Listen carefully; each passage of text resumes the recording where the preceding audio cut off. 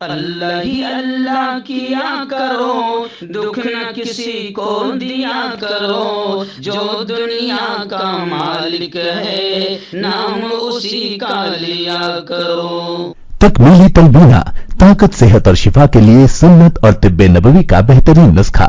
ناظرین، کیا آپ بھی خوشحال مالداروں کی طرح کامیاب بزنس کر کے ہزاروں اور لاکھوں روپے کمانا چاہتے ہیں؟ اگر آپ کی ہاں ہے تو آج ہی سے اپنے علاقے میں تکمیلی تلبینہ کا آسان بزنس کرنا شروع کریں اور چند ہی مہینوں میں کامیاب بزنس مین بننے کے طریقے بہترین تجربوں کے ساتھ سیکھیں۔ بزنس مین بننے کا یہ موقع کہیں آپ کے بھی ہاتھ سے چلا نہ جائے، اس لیے ابھی ہم سے رابطہ کریں۔ 9890963757 Takmili food products private limited, Malegaon, India. السلام علیکم ورحمۃ اللہ وبرکاتہ۔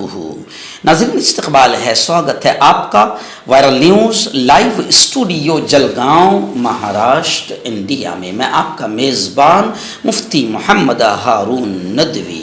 آئیے انٹرنیشنل ٹاپ 5 نیوز، دنیا کی 5 بڑی خاص اہم خبروں پر نظر ڈالتے ہیں۔ لیکن سب سے پہلے میں اپیل کروں گا کہ جو ساتھی نئے ہیں اور ابھی تک اس بے باک سچے چینل سے جڑے نہیں ہیں، اگر آپ چاہتے ہو کہ آپ کو ملک بھارت کی اور پوری دنیا کی صحیح اور سچی خبریں دیکھنے اور سننے کو ملیں تو پھر آپ اس چینل سے جڑ جائیے، سبسکرائب کر لیجئے ہمارے اس چینل کو، بیل آئیکن گھنٹی کے بٹن کو بھی دبا دیجئے تاکہ ہماری ہر ویڈیو، ہر خبر آپ کو آپ کے موبائل پر مل سکے۔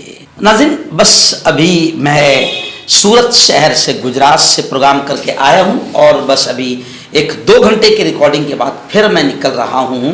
یہاں سے ہمارے جلگاؤں شہر سے تقریباً 350 کلومیٹر کی دوری پر ہے مہاراشٹر کا ایک شہر بیڑ، ضلع بھی ہے بیڑ میں ایک بہت ہی عظیم ادارہ ہے، پیارا ادارہ ہے، جامعہ حسان بن ثابت رضی اللہ تعالی عنہ۔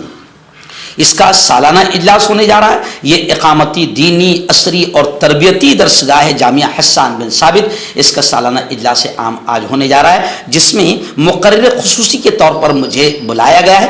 بعد نماز مغرب انشاءاللہ یہ اجلاس عام ہوگا۔ میں بیڑ اور آس پاس کے تمام علاقے کے لوگوں سے اپیل کرتا ہوں کہ اس پروگرام میں ضرور شریک رہے۔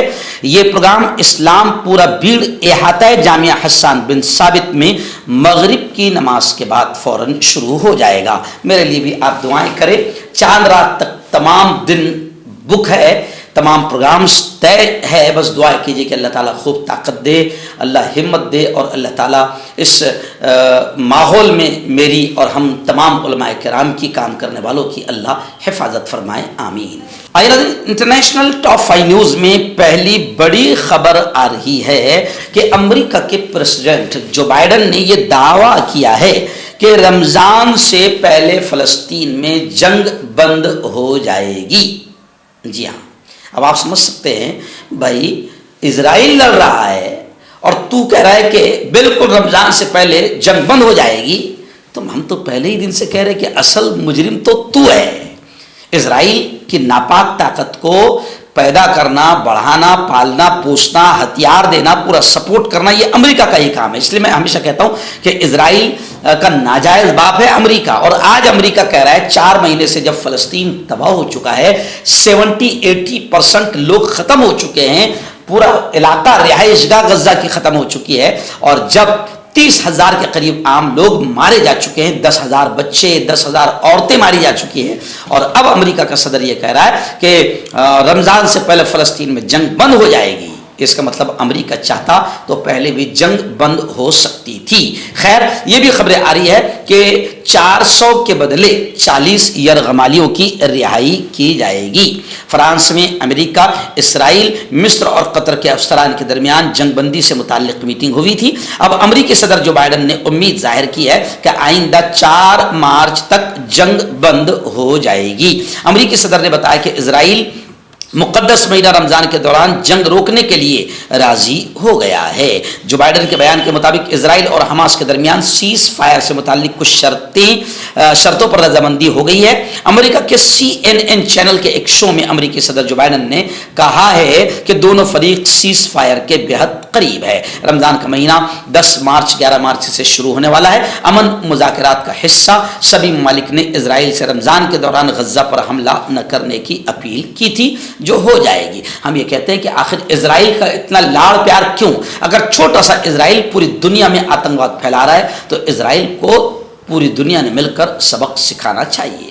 اس وقت ایک بڑی افسوسناک خبر برکینا فاسو سے آ رہی ہے.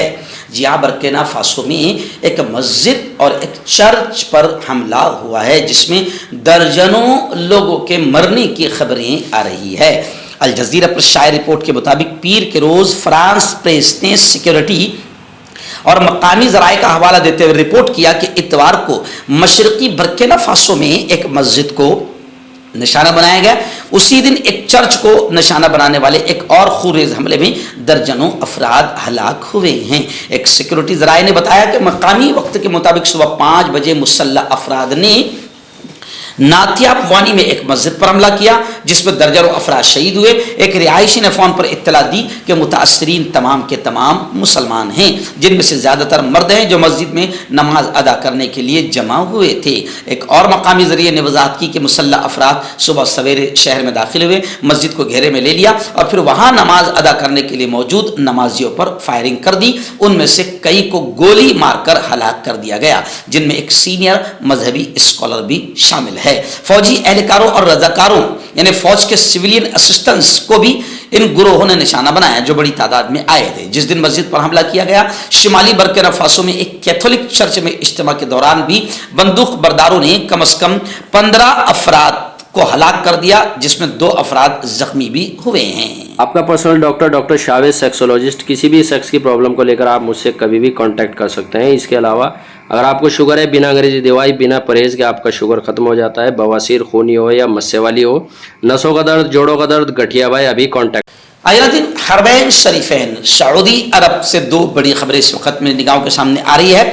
اس وقت بڑی خبر یہ آ رہی ہے کہ سعودی عرب کی حرمین انتظامیہ نے یہ کہا ہے کہ حرمین شریفین میں لبیک اللہم لبیک کے علاوہ کوئی بھی نعرہ قبول نہیں.